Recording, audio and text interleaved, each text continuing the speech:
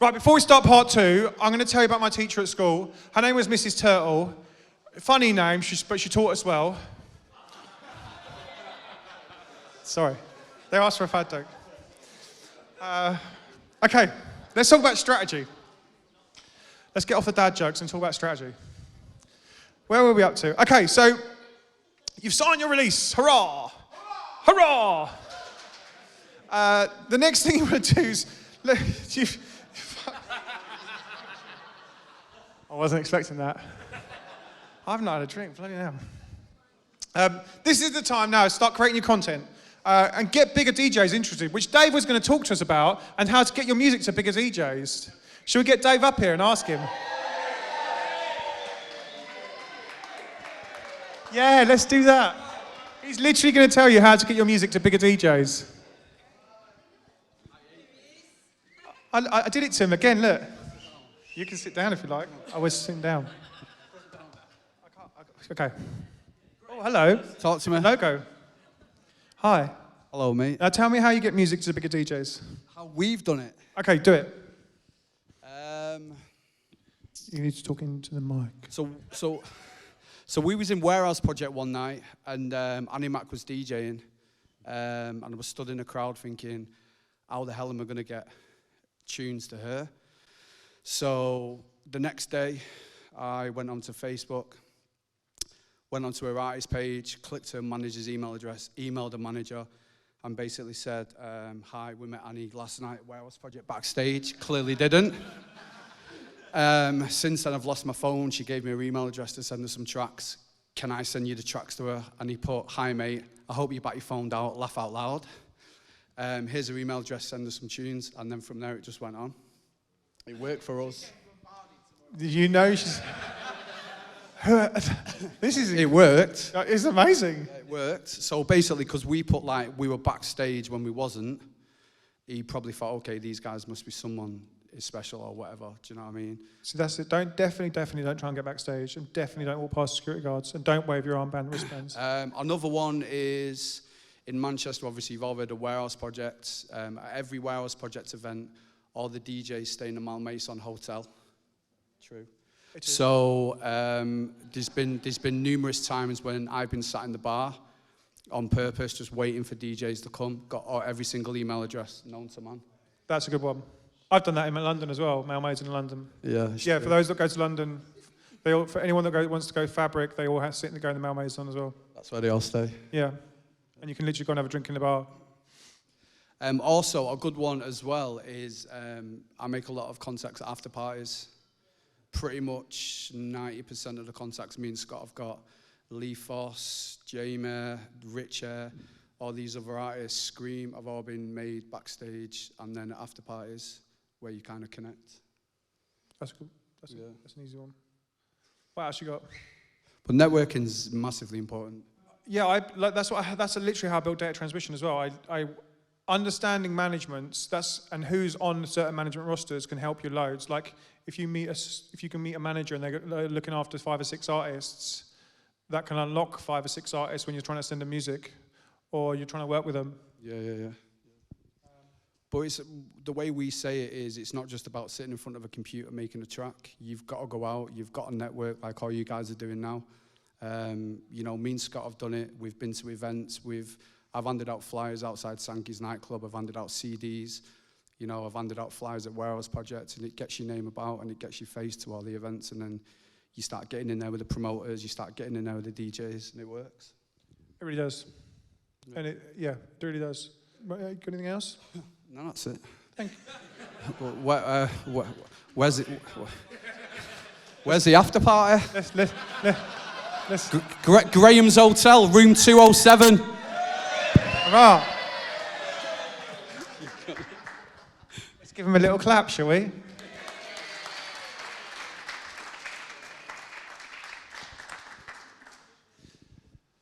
That was fun. That's the second time I've stitched him up when he doesn't want to be up here. Same again next time. Yeah, so get the bigger DJ's interest, get them playing the records. If they're signed to a label and you send them to a bigger DJ, that's cool. Get them playing the records. Remember, also, yeah, give it to them exclusively. Tell them it's exclusive. Don't have to tell them it's exclusive for them and they can play it only them. If it helps to get that play, great. What? Exactly. Turn off the play count on SoundCloud. Disable the stats. That's a big one. So many people send me tracks and they've had 70, 80 plays, and you're just like, okay, I'm the 80th person to listen to this, and 80 other people have listened to it.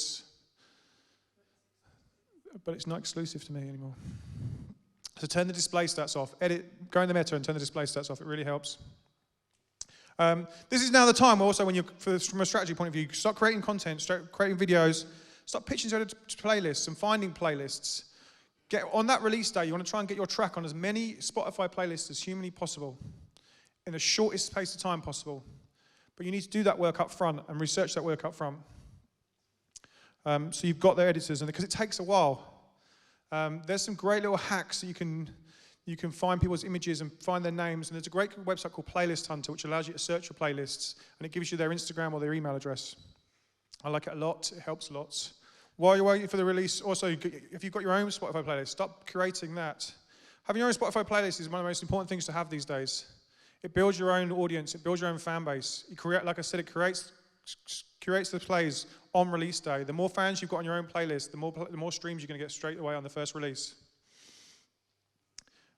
Build those numbers. And you can do it without having releases as well. So if those people that haven't had releases, start a playlist tomorrow. Put a lot of music in it you like, curate it. Like literally DJ it, because remember, at the end of the day, the person that's going to be listening to this is going to be listening to it in their house, and their kitchen, and their car, and their gym, where they listen to music. And you could be their banging new playlist they share with their mates, but it's got a flow like you would like a mix.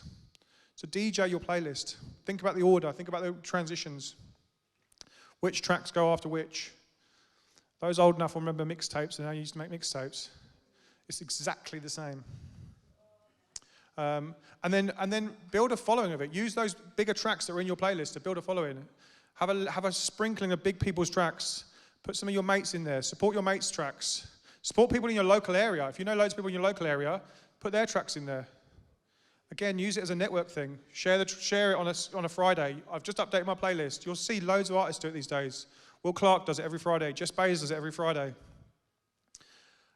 Share it. Tag them artists. Support your friends. And then hopefully they'll support you. And if you don't, then it's a nice thing to do. Use those bigger tracks and run Facebook ads. And send people from using the bigger tracks to your playlist. Put the bigger track at the top of your playlist. Run a Facebook ad saying, listen to this new playlist, this new tech house playlist.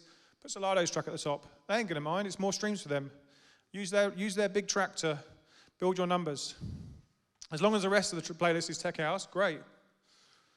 People are going to go for that track. They're going to follow that playlist. And then when you come to release your track, you just literally put it to the top. But get the Facebook ad working properly. And then on release day, literally, like I said, hammer it. As many playlists as you possibly can. Because then what you really want to do is you want to get your popularity score to at least 20%. There's websites you can check this, and what Spotify does is it looks for how popular your track is. How many people are saving it, and how many people are listening to it, and how many people are putting it in their own playlists. The more that popularity score goes up, the more help you get from the AI. The more the Release Radar pushes you, the more Discover Weekly pushes you. If you hit 30%, Discover Weekly pushes you to even more people. And Discover Weekly can be huge. It can be hundreds of thousands of streams and hundreds of thousands of new people. And all you've got to do is get your popularity score to 30%. And then obviously release is coming, so then start promoting it. Start pushing that content out you've made. Do a live stream. Put your face on Instagram and talk to the camera. Hey, this is my new release. I'm really excited because I made it with so-and-so, or I did it with this. Or it's the first one I've ever put out. Talk to the camera. Instagram and social media likes your face. And then start putting out content like I said, every couple of days. Change the way you do it. Speak a different way about it. Change the video. Don't just post the artwork every day in a row. First, it's boring. Secondly, it's just not going to help. Have you secured coverage on magazines and blogs and websites or SoundCloud channels or YouTube channels?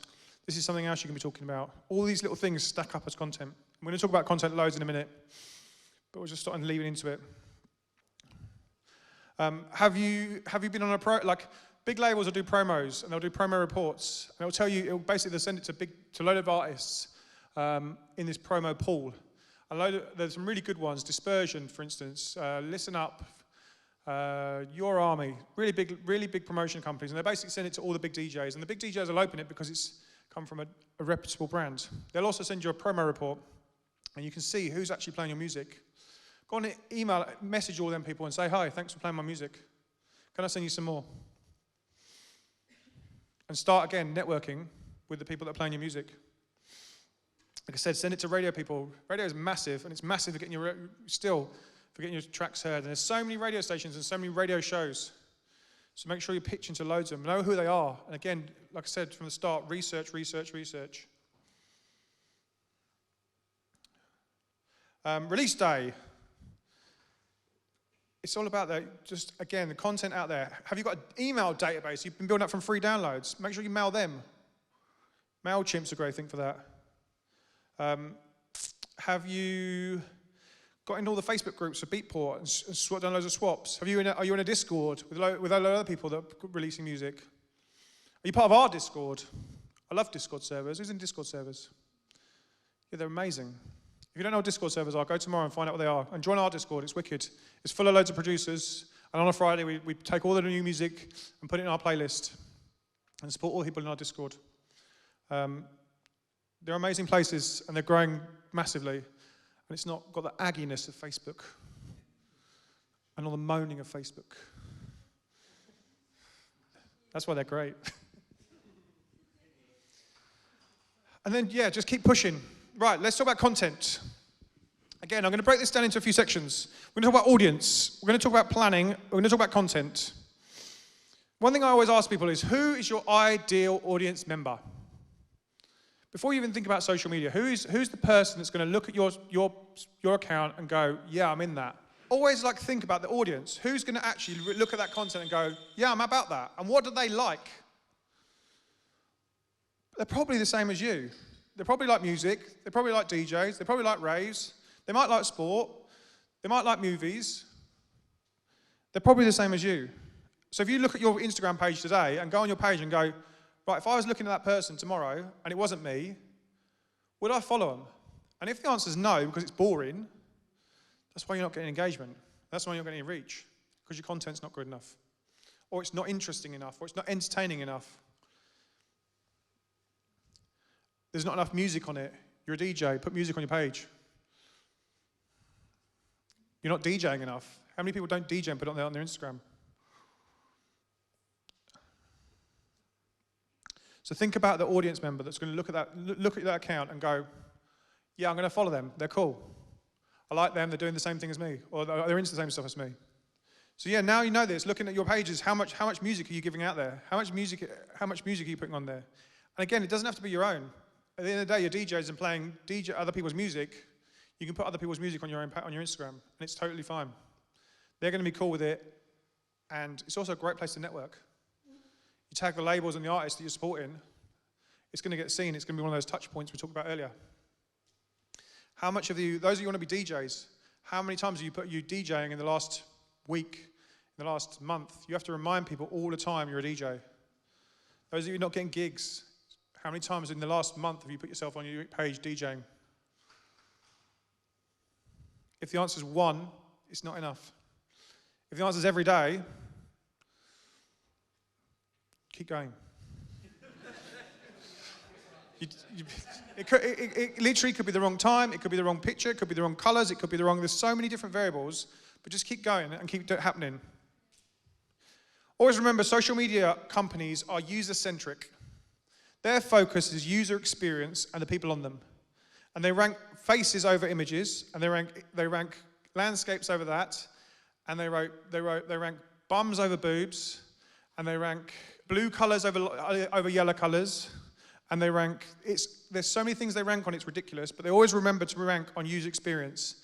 So if you're giving a negative user experience and you're sending people off the app or off the platform, that's going to affect your account negatively.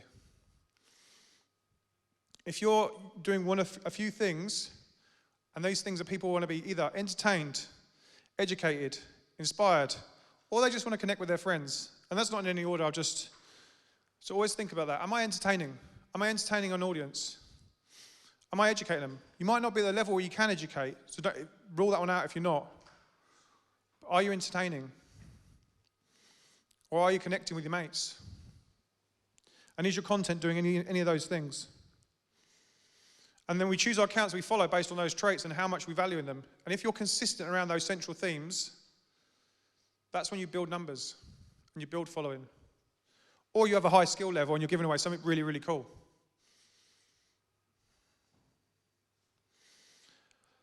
Planning. Always take a few moments to think about your content and think about the order of which it's going out and think about what you're going to post.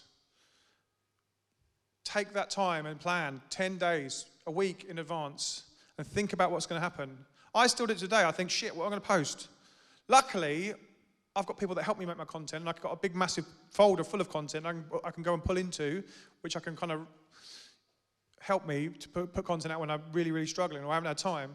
But most of the time, it's, right, I've got something coming up, or I've got to do something in 2 weeks' time. I need to build up to that with certain pieces of content, and everything's planned, and then it keeps it in a line. For you as artists and DJs and producers, right, so you've got a release coming. It's in 2 weeks' time, right? I need to start putting content out to start building that. I need to start putting little teasers out. I need to start putting out me DJing it, me playing it, someone else playing it, using all of the different variables, reels, stories, carousels. Mix the content up. But taking time to brainstorm and plan will help the narrative of your page and help it stay consistent and stop you posting shit and going away from the goal. And then when you start running things like ads and you're just driving more people to your page, if they're landing on that page and there's consistency and there's consistent content, that's when you get more followers from the ads. If you start spending money on ads and they're just landing there and it's you and your cat, great if they're cat fans, but if you're advertising to more DJs or more people that like music, should it be there? Most people don't make content because they overthink and overvalue the production of the piece of content. They're usually worried about how they look. They don't want to look stupid. They feel awkward. They don't have the right tech, studio gear or equipment. They don't have the most up-to-date camera or filming equipment. Guess what? None of those fucking things matter.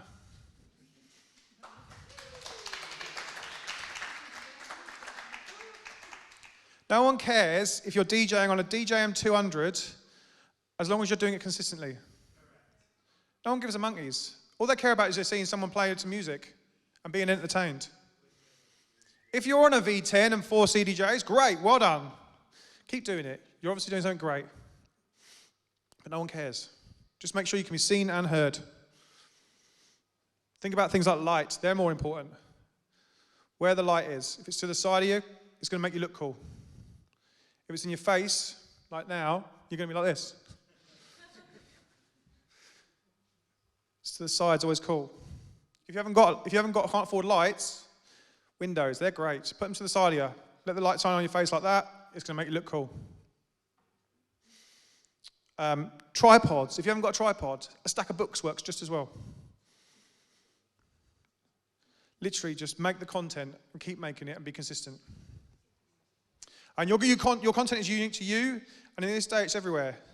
So think about where you're going to, from the music you can make, that's content. The radio shows, your podcasts, your live streams, your playlists, that's all content. There's literally so many options now to make content and be consistent. I always think, from an artist point of view, the visual part of your content and your social media your social media posts is basically the video extension of your art. And the music is the audio, and the social media is your art of the content and the video of it. And as artists, the really, really good artists will consider that video aspect. If you think about the really, really strong artists, the biceps, it's all one flow and it's all one part of it. And that's considered them as an artist. As much as everyone hates social media, it's one of the best places, and one of the best places to get your music to more ears when the content's really, really good. And if it's not, then it's not good. If your engagement's dropping, your content's not as good. I see it all the time. I go back and I look at the last 10 days. Well, that one was actually shit. That one didn't make any sense. That one I waffled too much. That one I probably spat something out. That one the camera was in the wrong place. These are all factors that probably got me not as good, but I made them all still and put them out there. Because then the next 10 we might be even better, because I looked at them back and gone, right, I've audited all the time, and right, which one did well? What did well? Was it the camera in that place? Was it in this place? Try different things all the time. Like I said, there's many ways to make massive amounts of content every single day. Tweets, one tweet is one piece of content. Stories, posts, mixes. Literally now, have a think. How many pieces of content did I put out today? I reckon I've probably done 40, possibly. How many have you done? Keep going back on this. It's DJ skills. If you're really skilled as a DJ, definitely put that on social media. There's two really good artists, Dev Star and Jack Swift. They literally got loads of gigs because they grew their fan bases by showing themselves as good DJs. Other artists, there's a girl called Amy L. She's incredible. Literally during lockdown, she literally DJ'd every day, put it on TikTok and Instagram, and is now playing for Elro. Just put that art content out there. Instagram Reels is one of the biggest places on Instagram to grow right now. As small creators, if you're not using it every single day, you're missing opportunities. Reels is its own algorithm, and it actually supports small creators. And as artists and DJs, you're small creators. I've seen people that got 3,000. Archie's got 3,000 followers, and he put a video up of him DJ, and he got 7,000 views. If you put a picture up, would you get the same percentage of reach? No, you wouldn't. So go hard on Instagram Reels as much as you possibly can. Keep them short, keep them as short as possible. People will watch them over and over again if they're short. And the same with TikToks. TikTok. Don't know why that was funny. Keep it short, because then people will loop it over and over again. And maybe it's just you playing 2 tracks together, but you keep doing that every single day, and that will help you get gigs. I don't want to go into laws of attraction, but obviously if you're putting out there DJing and DJing and DJing and DJing and DJing and DJing, that's going to help you from points of laws of attraction. As I said, if you're releasing music, talk to the camera. It's a scary old place talking to the camera, but do it, because Instagram likes your face, and those camera moments when you say, "Hey, I've got a new release." That's going to help you grow, and it's going to help announce that release. It's going to be a different piece of content. But you can even put the track at the end playing. Remember, though, in the first 3 seconds, you need to hook someone. So no waffle, straight in. You'll see I do it all the time. Listen up, I've got something to say. Or, what's the new one I say, Loz? It's stay tuned for something, or keep watching for something. Hook them in. Keep watching for whatever. Or, I've got a new track. But you've got to hook them in 3 seconds, otherwise they're gone. Then the middle bit's about the meat, what you got to say. And then the final part is always the call to action. What are you going to get them to do? And it's got to be on screen. Follow me for something. Comment for something. Tell me something in the comment. Put that call to action and say that call to action. Because if you're not doing it, then people literally won't do it. And that's why you get no engagement and no reach and no more views. It's got to be twofold, say it and visual. Obviously, if you're DJing, you can't do that, but you could put it as visual. Again, remember to think what your ideal fan is going to want and interact with. Like I said, a big tip is content is to repeat the same message over and over again with different creatives, but don't just post the same all the time. Artworks are best hidden behind a photo. Remember, the algorithm likes your face, doesn't like an artwork. So put it on an album behind a photo. Better still, put it on your stories with a sticker. Everyone's got links up now. Everyone that has got a swipe up, it's got a link sticker. So everyone can link out the platform. Let's talk about hashtags. Who uses them? Hooray. Who doesn't use them? Oh. Why? They're still massive for growth. You want to use a variety, small, medium, and large. The smaller ones will help you grow. And they'll get you all seen longer, and they'll push you into the bigger ones. But they're still massive, and they're still massively growth. I use a thing, it's called flick.tech. It's wicked. It tells you which hashtags you're ranking in, and it gives you ideas for other hashtags. House music producers, don't use hashtag house. Oh my God. If you actually go and look at hashtag house, it's full of houses. There's no more houses, there's no more house music in there. It's all houses. It's all the £1 million homes. There ain't no house music in there. Unless maybe it's on a reel with your track playing under the house. That's maybe an idea. Get a video of a £1 million house and put your track underneath it. Put it in house. There you go.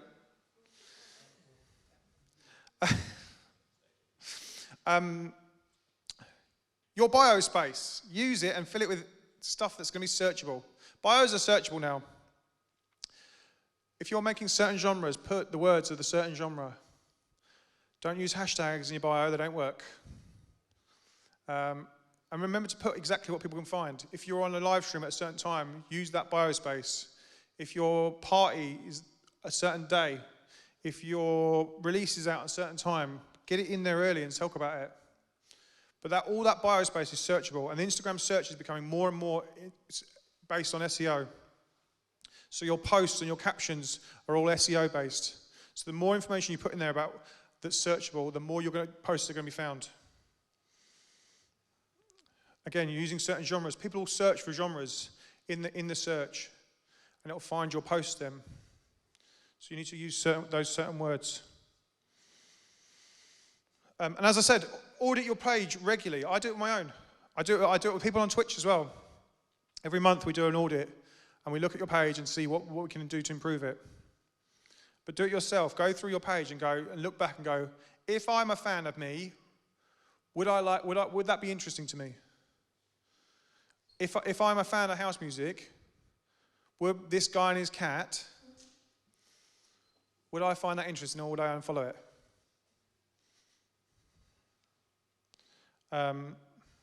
Yeah, audit it regularly. I do it on Twitch once a month. So keep an eye out for those. I'll put them on my Instagram stories. And that's all I've got on social media for the moment. We'll have questions in a minute. The final thing I want to talk about is my online course. I created a course, like I said, in 2010.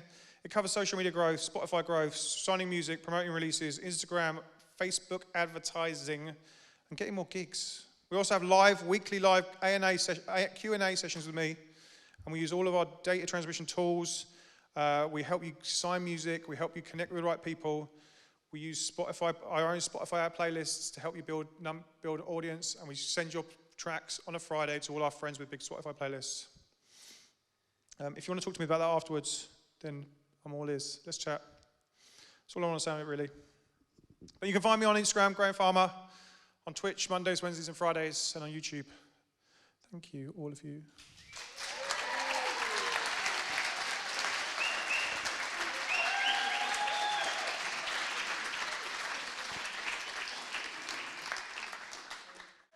Do we have questions? Yeah. Let's get mics.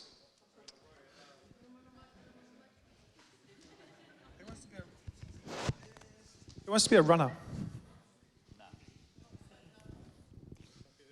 There you go. Pass the mic. Hey. So, I'm Finn. Nice to meet you. Hey, how are you? How important do you think performances, like live performances, to your growth, like your audience growth? Definitely. Yeah. 100%. But make sure you're getting the content. Mm-hmm. Like, you can do an amazing live performance, but if you don't show the world you've done it, yeah, it's just going to be that one. Mm. People might talk about it, but people talk about it more when they see a video and they share a video. So always, if you've got a +1, he's your video, she or she's your video person. Make sure you give them, just, you need to stand right there and you need to film me doing this, this, and this. And I'm going to sing this, I'm going to do this at this time because you've already prepared it a little bit. Or you need to listen out for this track and you play it to them all before you get there. This is my track. You need to listen to this. And when you hear this track, I'm going to go. You need to record it. You're my video person. Don't get too fucked. I need this piece of content to get me more gigs. And if you can't get gigs, then do it live. There's plenty of places you can do it live. Social, Twitch, stream it. So you think that's where really like the value is Yeah. in terms of the content and actually, sorry, in terms of like the content of it and not the performance itself in terms of promoting yourself? I mean, the performance is everything. And that's you putting the everything. But you've got to show it to the world. And you show it to this small, great, they're all going to love it because it's amazing, and we all know it's going to be amazing. Yeah. But social media is going to make it go to the much bigger realms. Yeah. And that's going to open a load more doors because that amazing performance that you put your everything into gets a much bigger mouth. Yeah. Nice one. Thank you. No worries. I've got a question. Hey. You mentioned before about promoting your track before you've actually released it. Yeah. I found that sometimes if I don't do that and I just smash the promotion, as soon as it's released, I get more engagement, especially with things like Spotify saves and playlist ads, because if I promote it loads before it's out, people want to take action on that track, and all they can really do is maybe pre-save it, but I don't think that actually adds much value to... I think it's about, there's different levels of building it up. There's teasing it out with small video. There's playing it as you're DJing it on a Instagram reel, so it kind of gets people interested. It kind of, because people need to see it 8-10 times before they go, shit, I'm into this. So yes, you're going to smash the hell out of it when it comes out and release because people can listen to it. That's why loads of radio play now is only on release. Radio 1 plays will all be scheduled around release date because, like you say, people want to stream it, people want to Shazam it when it comes out. But social, you want to put a teaser out. Put a white label teaser out that's got no branding on it 30 days before, and push that with a load of video ads, so it gets loads of audience. So when you want to come to smash it even more, then you've got an audience of people that are already sending into that track. But so tease it out. But then yeah, the bulk goes. 2 weeks before, stop teasing it out. Or 30 days before, put a little white label out. Even if you signed it and you know you've got an artwork, make a little white label and put it on Instagram, and just put that out on Instagram and go, I've just finished this, who's into it? You know you've already signed it, but that doesn't matter. You're just kind of getting it in their world, 2 weeks before, then you start, you might get a premiere, you might get a release, you might get something, you might just get a little bit more push, but you're already building to that release day. And then like you say, once you go release, it's everything. Or every piece of content, every premiere, every Spotify playlist, every Instagram post, every video advert, that all goes from the release. But all that kind of upfront needs to happen, and you just tease it out a little bit, But yeah, getting people to play it though, that's just teasing it out and building it. If you look at the big artists, they'll build records over sets for months by playing it and playing it and playing it and playing it. So when it really comes, you go, right, oh shit, I want that track, and then they go and buy it. Sweet. Perfect, thank you. No worries.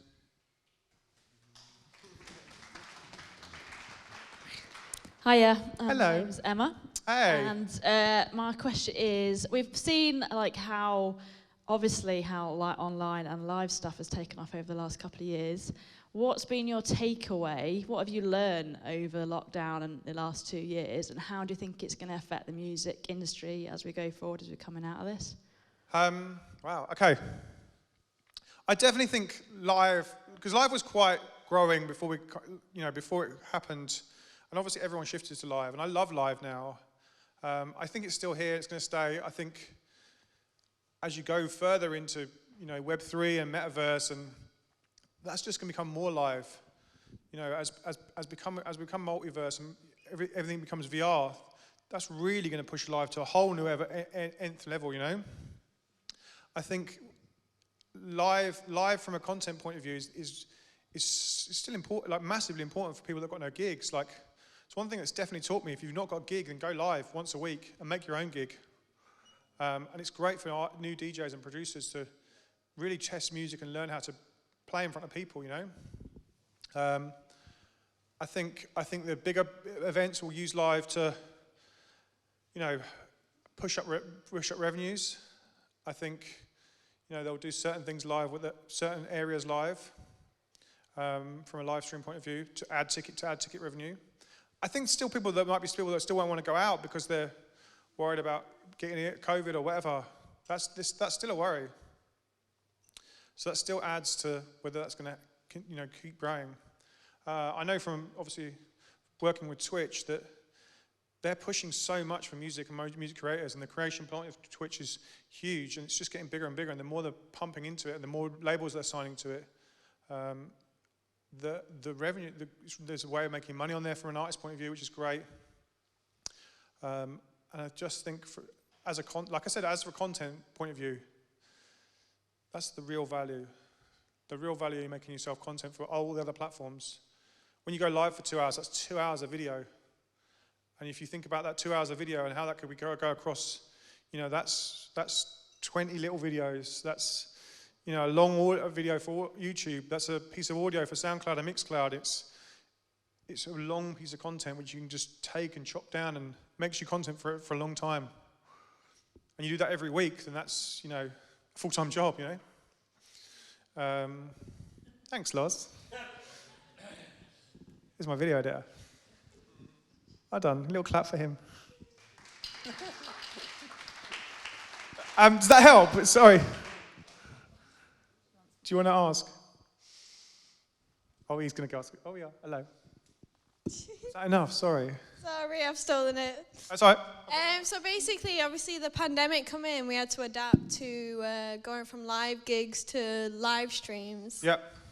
So we adapted to that, and we went to their Perfect Mandem, and because they're so on it with copyright and this, that, and the other, Nice. they'd do their own live streams, and their live streams would get banned.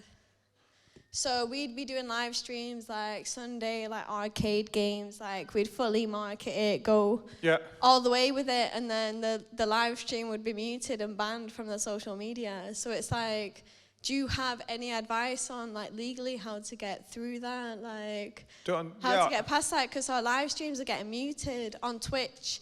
And things like Twitch, they're very on it with licensing and this, that, and the other. Do you know if there's any websites where we can kind of educate ourselves on how to not get muted? So Twitch are muting you as you're playing?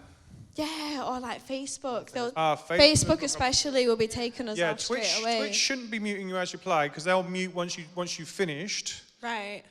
Twitch will let you play and play and play. No, and then they get rid of it. It's gone. And then your VOD will be muted, but then Yes. you could take it down off there and put it on YouTube. Okay, so YouTube as a substitute.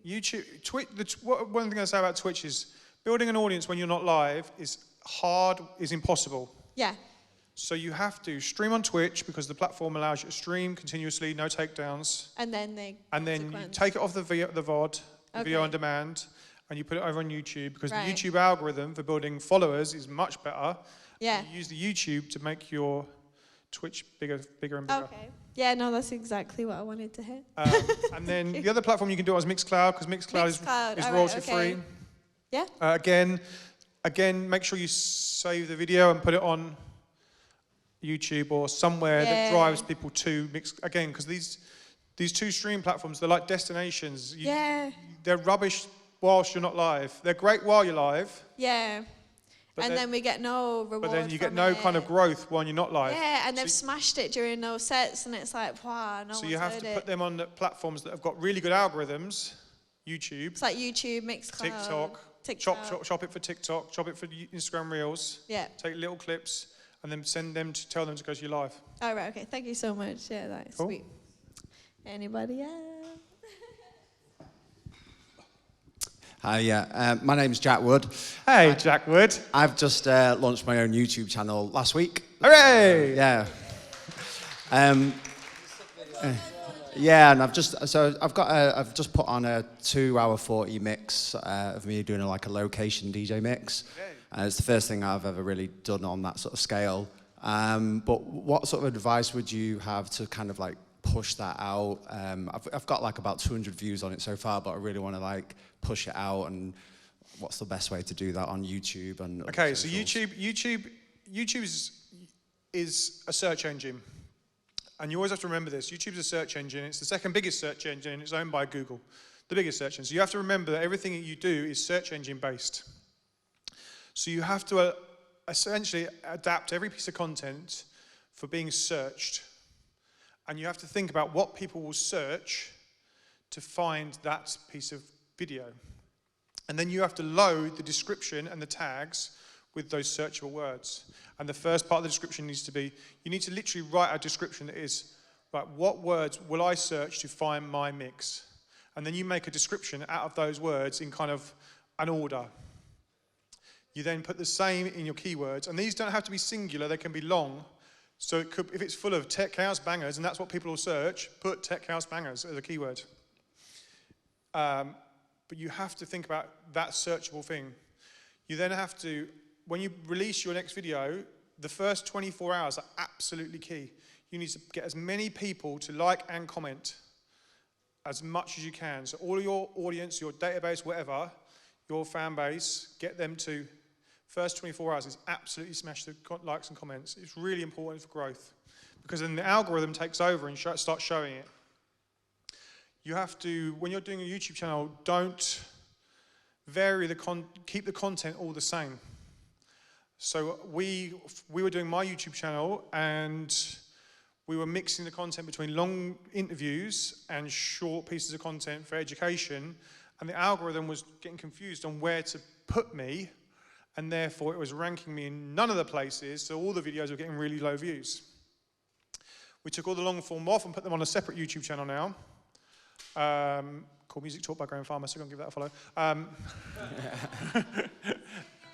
It's called Music Talk by Grahame Farmer, and it's my Twitch channel shows, and they're all long-form 60-minute interviews.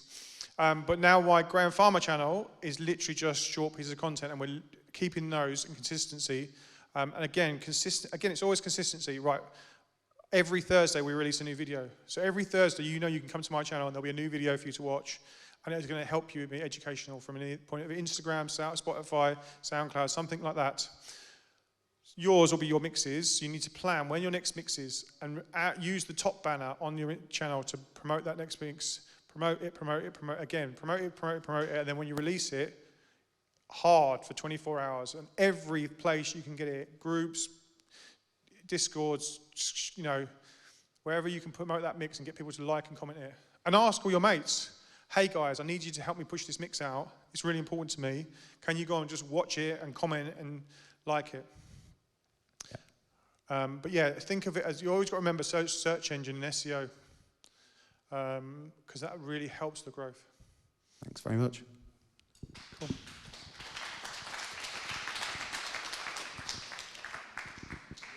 Hey, go, yeah.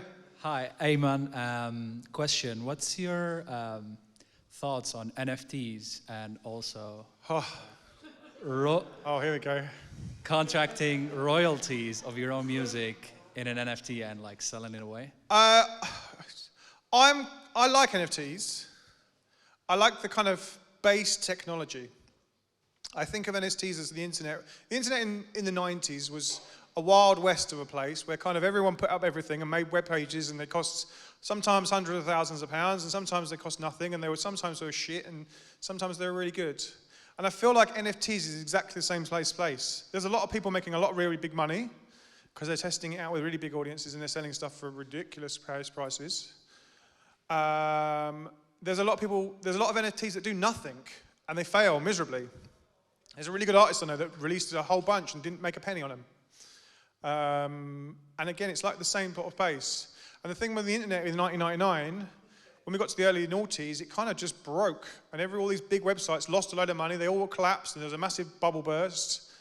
And then a couple of years after that, kind of people got the internet, and they got how to shop online, they got how to use the technology to its massive advantage, and phones started working. And I feel that NFTs will be exactly the same space. Like in 3-4 years' time, everyone will get the technology and they'll go, right, oh shit, this is how we use it. And it won't just be about JPEGs and GIFs, it'll be the actual base technology, which is smart contracts. And using those smart contracts to, buy houses and much, much bigger things than a JPEG. So right now I'm kind of watching it, and there's a lot of people making lots of money on it, which is amazing for those people that have massive audiences. And if you've got money to invest in it or play with it, it is going to be a risk.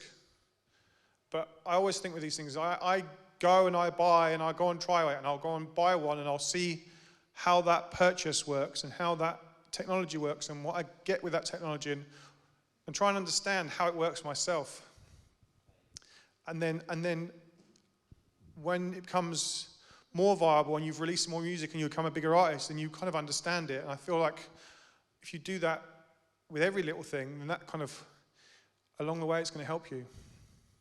So right now, we're doing nothing with them, but I'm sitting and watching, and I'm buying crypto, and I'm jumping in Discords, and I'm reading as much as I possibly can, and I'm watching as many YouTube videos as I humanly possibly can. And then at some point, we'll go, right, this is how we use the technology, and it's going to work for me. But right now, I'm doing nothing. I hope that helps. Sorry. Did that help? Sorry. Like I said, just test everything. Hi, Graham. Hello. How are you? My voice doesn't sound like this all the time. Do you want a drink of water? No, I was at the Arsenal on Saturday, so I lost my voice. Oh, did they win? Yeah, we did. Oh, nice. Yeah, still above Man U. No, we're not. We're not actually. We're above Spurs, though. Oh, there you go. No, I'm A&R for a record label, Play Nice Collective, and we've almost got enough subscribers on YouTube to be a partner. Amazing. How do we get to that next point? What would you advise? Are you monetizing now? No, we're very close to being a partner. We've got 1.49 thousand subscribers. And for how many watch hours? How many thousand? You need to have 4,000 watch hours, don't you? Yeah, we've got above 6,000. Okay, so you must be there. So you might. I did it for my channel because I'd restarted my data transmission and I ran it. I had it for like 2 weeks and I got rejected. Right. What you need to do? Who's your label's distributor? I'm not sure Casey would know that, but he's not here today. But yeah. So speak to your label's distributor. Yeah. Because they might be able to be your music network for your YouTube channel, and they will basically monetize your YouTube channel. Right, so you don't go through YouTube, you go through the distributor instead. Yep. And they'll be able to claim the royalties. They'll basically help you claim the royalties for all the tracks. Because what you'll find is if you're uploading, like I am, uploading other people's music. Yeah, we're going to start doing that, yeah. Right, we've just been doing our own, but then we want to... Okay, so if you're doing your own, it should definitely go through your distributor. Yeah. And your distributor should be claiming all the revenue for your YouTube channel and your SoundCloud or wherever else. If you're uploading other people's, then definitely do it for your distributor because you want to, the distributor might also be the distributor for the labels you're uploading, and that makes it really easy. Mm.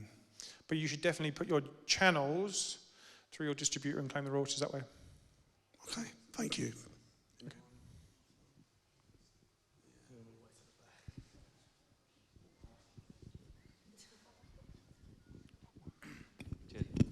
Hello again. Hello, you. This is not a question. This is something that I learned, which is a really good tip for all you guys.